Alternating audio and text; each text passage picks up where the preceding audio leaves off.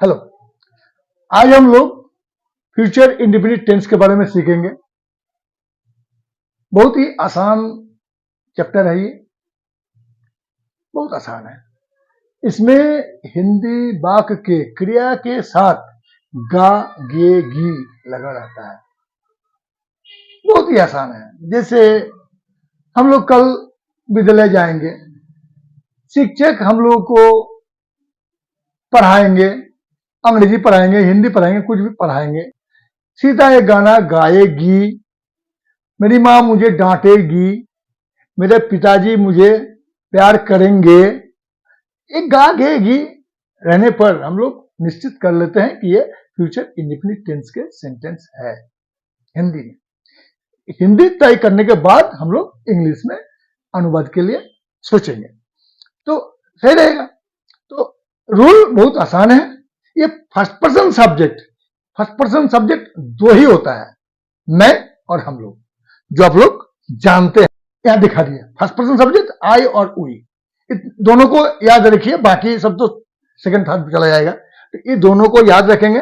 First person subject I और we, ये दोनों के साथ आई के साथ भी सेल लगता है, shall plus verb one, we के साथ भी सेल प्लस वर्ब वन लगता है। उसके बाद कुछ भी आ सकता है, ऑब्जेक्ट वर्ब बाद ऑब्जेक्ट अदर टाइम कुछ भी आ सकता है। तो आई और वी यही फर्स्ट पर्सन का दो सब्जेक्ट होता है।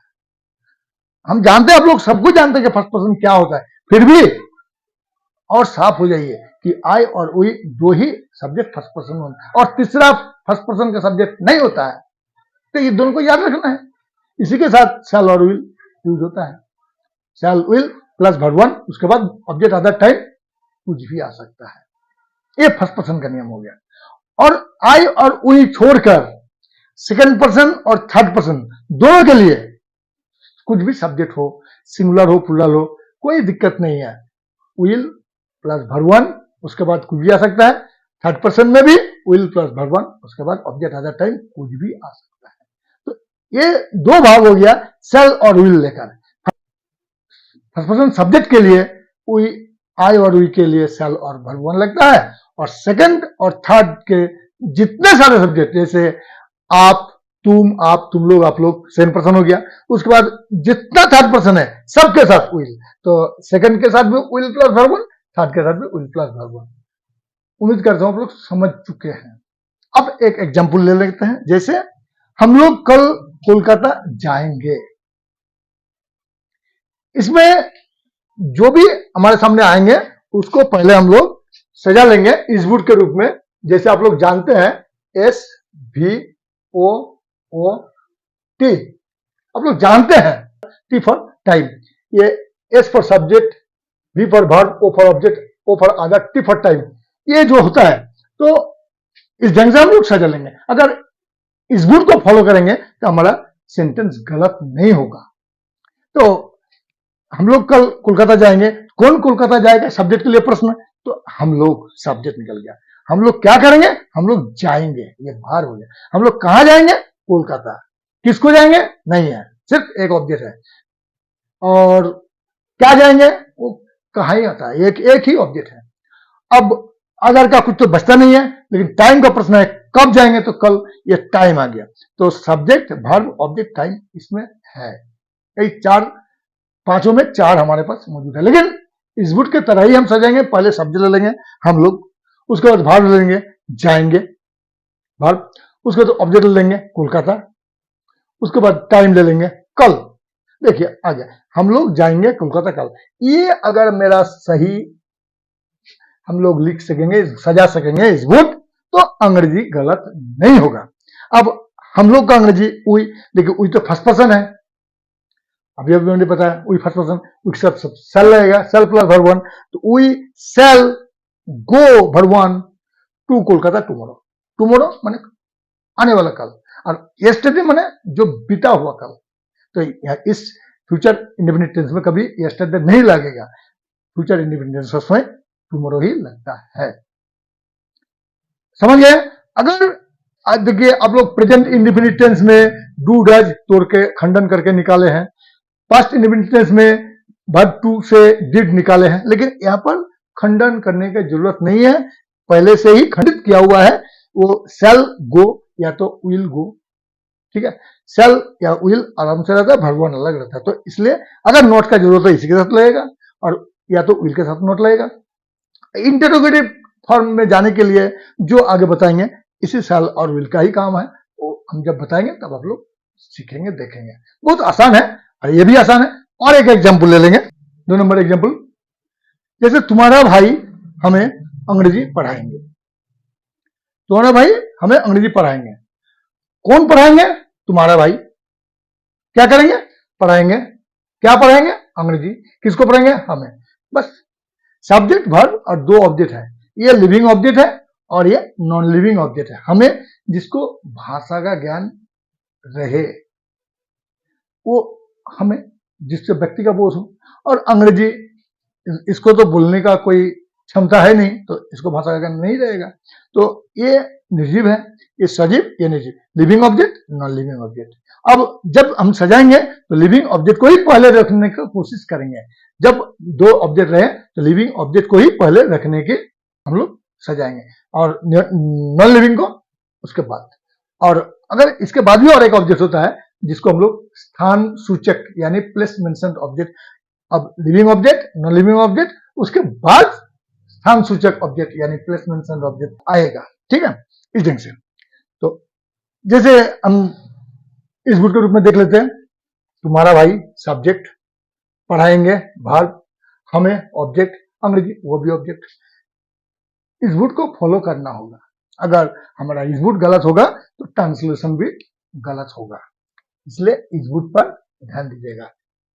SVOOT को इसी क्रम में सजाने की कोशिश करेंगे तो गलत नहीं होगा। अब तुम्हारा भाई यानी योर ब्रदर, योर ब्रदर कहने से आई वी तो नहीं है, यानी फर्स्ट पर्सन नहीं है, तो सेकंड पर्सन या थर्ड पर्सन। तुम्हारा भाई तुम होने से सेकंड पर्सन, लेकिन तुम्हारा भाई वो थर्ड पर्सन में आता है। तुम्हारा भाई will, your brother will, verb one, teach us English. आसान है। अगर मेरा इस सेंटेंस को, अगर इस ढंग का सेंटेंस को नेगेटिव करने की जरूरत हो, इसी विल के साथ नॉट जुड़ सकते हैं। सेल या विल के साथ नॉट जुड़कर किसी भी सेंटेंस को हम लोग नेगेटिव यानी ना सूचक वाक्य बना सकते। और इंटरव्यू का कुछ नियम अलग है, बाद में हम लोग सीखेंगे, लेकिन सेल विल का जरूरत उस समय भी होगा। हम लोग सीख लिए। आज हम लोग क्या सीखे कि फ्यूचर इंडिपेंडेंट टेंस में किसी वर्ब के हिंदी वाक्य के अंत में क्रिया के साथ गा गे गी रहेंगे, तो फर्स्ट पर्सन सब्जेक्ट के साथ सेल प्लस वर्ब वन, और सेकंड पर्सन सब्जेक्ट के साथ विल प्लस वर्ब वन, और थर्ड पर्सन सब्जेक्ट के साथ विल प्लस वर्ब वन लगता है।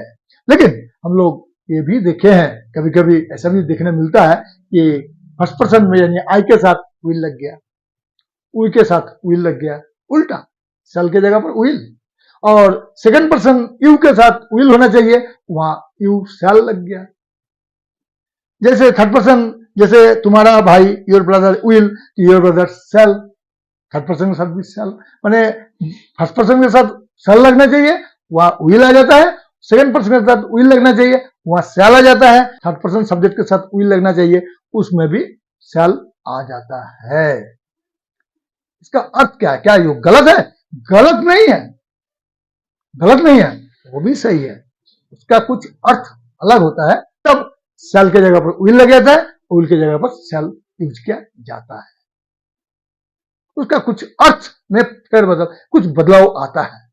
अगर सेल के जगह विल लग जाता है, उसका अर्थ में कुछ बदलाव आता है।